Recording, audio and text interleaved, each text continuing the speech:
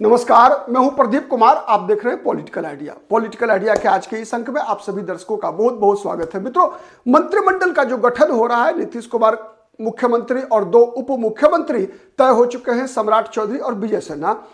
तो इसमें सामाजिक समीकरण के आधार पर जो जितने भी पांचों ये जो पांडव हैं, पांचों पांडव मिलकर जो सरकार बनाने वाले हैं, उसमें जो सामाजिक समीकरण जो देखा जा रहा है वो देखा जा रहा है दल पार्टी वाइज नहीं देखा जा रहा है, बल्कि समग्रता में देखा जा रहा है कि जिस समाज के जिन वर्गों को जदयू से प्रतिनिधित्व मिल रहा है, कोई आवश्यक नहीं है कि उसी वर्ग को बीजेपी से भी प्रतिनिधित्व मिले। तो इसी क्रम में जनता दल यूनाइटेड के कोटे से सवर्ण समाज के 2 मंत्रियों का नाम तय किया गया है। भूमिहार जाति से विजय सिन्हा और राजपूत जाति से लेसी सिंह का नाम तय हुआ है।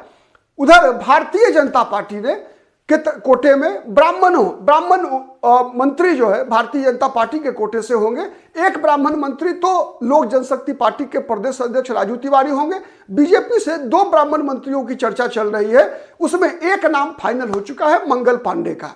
मंगल पांडे पिछली सरकार में भी स्वास्थ्य मंत्री रहे, साथ ही कई और मंत्रालयों का प्रभार रहा है। मंगल पांडे जब मतलब इसी सरकार में नहीं बल्कि इससे पहले के सरकार में भी मंत्रिमंडल में शामिल रहे हैं, बड़े नेता हैं भारतीय जनता पार्टी के, बीजेपी के प्रदेश अध्यक्ष रह चुके हैं, कई राज्यों में बीजेपी के प्रभारी रहे हैं, पश्चिम बंगाल में, हिमाचल प्रदेश में। तो बड़ा कद है इस मंगल पांडे का, इसलिए मंगल पांडे का नाम मंत्रिमंडल में शामिल होने वाले ब्राह्मण चेहरों में नंबर 1 पर है और उनका नाम फिक्स है।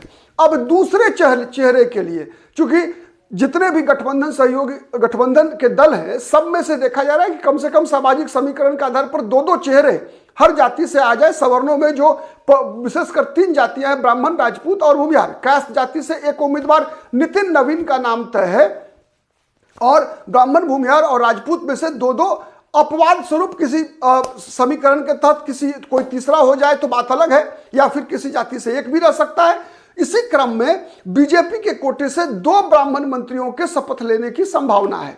ठीक है, उसमें एक नाम मैंने बताया मंगल पांडे का तय है। अब दूसरे जगह के लिए, दूसरी सीट के लिए बीजेपी में लगातार माथापच्ची चल रही है। कई दावेदार हैं बीजेपी में। एक तरफ पूर्व मंत्री जो वर्तमान सरकार में भी मंत्री हैं, उद्योग मंत्री हैं, नीतीश मिश्रा, डॉक्टर जगन्नाथ मिश्रा जो बिहार के पूर्व मुख्यमंत्री हैं, उनके पुत्र हैं, पहले भी मंत्री रह चुके हैं, नीतीश कुमार की सरकार में मंत्री रह चुके हैं, जीतन राम मांझी की सरकार में मंत्री रह चुके हैं, फिर नीतीश कुमार की सरकार में बीजेपी के कोटे से भी मंत्री रह चुके हैं।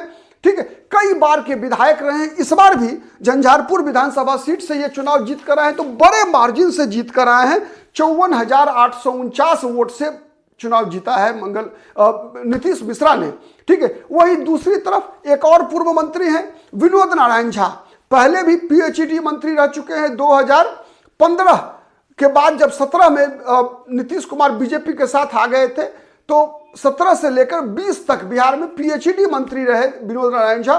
सुशील मोदी के एक जमाने में काफी नजदीकी हुआ करते थे और सुशील मोदी के मतलब डिप्टी सीएम से हटने के बाद इनको मंत्रिमंडल में दोबारा जगह नहीं मिला। तो इस बार इनकी भी चर्चा चल रही है, चूंकि ये भी जो है लगभग 24,000 वोट से 23,932 वोट से जो है बेनीपट्टी से चुनाव जीत कर आए हैं, तो इनकी भी चर्चा चल रही है। पुराने नेता हैं, कई बार विधायक चुनाव जीत चुके हैं। सबसे पहला चुनाव इन्होंने जीता था पंडौल विधानसभा सीट से, लेकिन जो परिसीमन हुआ 2008 में, उसमें पंडौल विधानसभा सीट का अवसान हो गया। उसके बाद से ये बेनीपट्टी से 2015 में हार गए, 2010 में चुनाव जीता था और फिर 2020, 2025 ये 3 चुनाव जीते हैं। वरिष्ठ नेता हैं बीजेपी के, इनकी मंत्री बनने की संभावना है। साथ ही मिथिलेश तिवारी का नाम भी बैकुंठपुर विधानसभा सीट से चुनाव जीत कर आए हैं। इस बार भी 16,953 वोटों से उन्होंने आरजेडी के सिटिंग एमएलए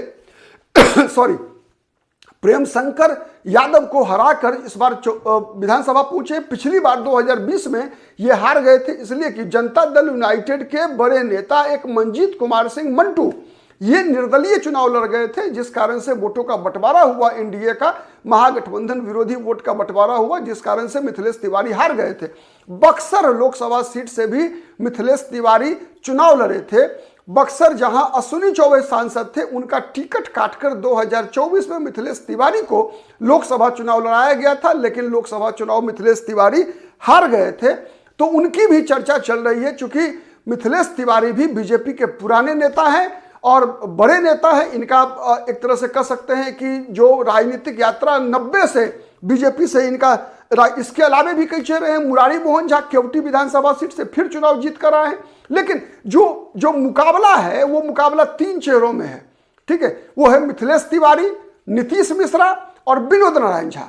इन 3 चेहरों में मुकाबला है। अब देखना यह है कि भारतीय जनता पार्टी कौन सा समीकरण बनाती है।